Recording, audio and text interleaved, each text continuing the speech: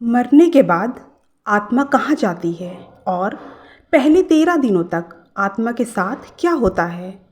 13 दिनों के बाद आत्मा के साथ क्या होता है और कब आत्मा का अगला जन्म होता है? हिंदू धर्म और गरुड़ पुराण के अनुसार मृत्यु के बाद शरीर यहीं छूट जाता है और आत्मा अपने कर्मों के आधार पर नई यात्रा पर निकल पड़ती है। आत्मा को यमदूत ले जाते हैं और 13 दिनों तक आत्मा को प्रेत योनि में ही रहना पड़ता है। मृत्यु के बाद शुरुआती 13 दिनों तक आत्मा अपने परिवार और घर के आसपास ही रहती है। इस दौरान उसके पास उसका भौतिक शरीर नहीं होता है, लेकिन मोह के कारण वह अपनों के बीच भटकती रहती है।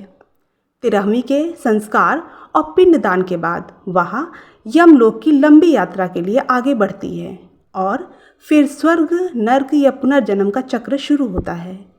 प्राण निकलने और यमलोक की यात्रा अर्थात 13 दिनों तक आत्मा के साथ क्या होता है और 13 दिनों के बाद आत्मा के साथ क्या होता है, कर्मों का हिसाब और अगले जन्म के बारे में जानने से पहले लाइक, शेयर, सब्सक्राइब करना मत भूलिएगा।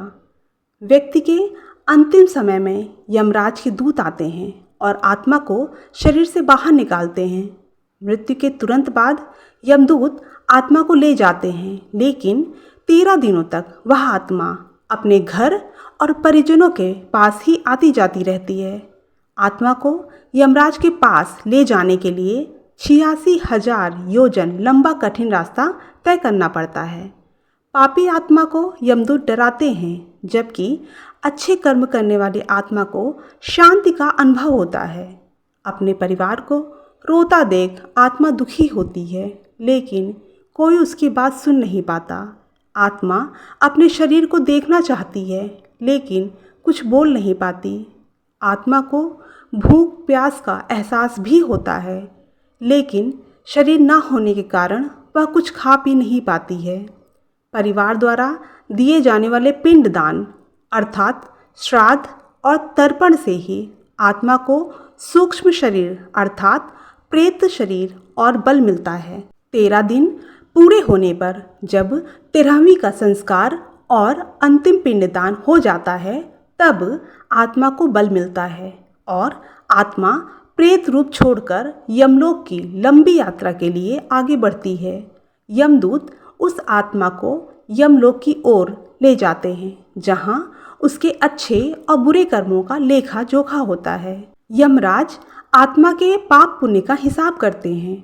अच्छे कर्मों वाली आत्मा को स्वर्ग और बुरे कर्म करने वाली आत्मा को नर्क की यातनाएं मिलती हैं।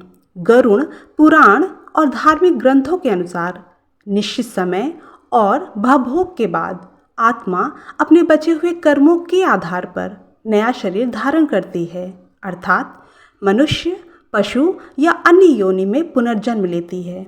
तो अगर आप हिंदू धर्म पुराण के बारे में और जानना चाहते हैं तो मेरे चैनल श्री जी के अन्य वीडियोस देख सकते हैं और हाँ, कमेंट बॉक्स में अपने प्रश्न भी पूछ सकते हैं।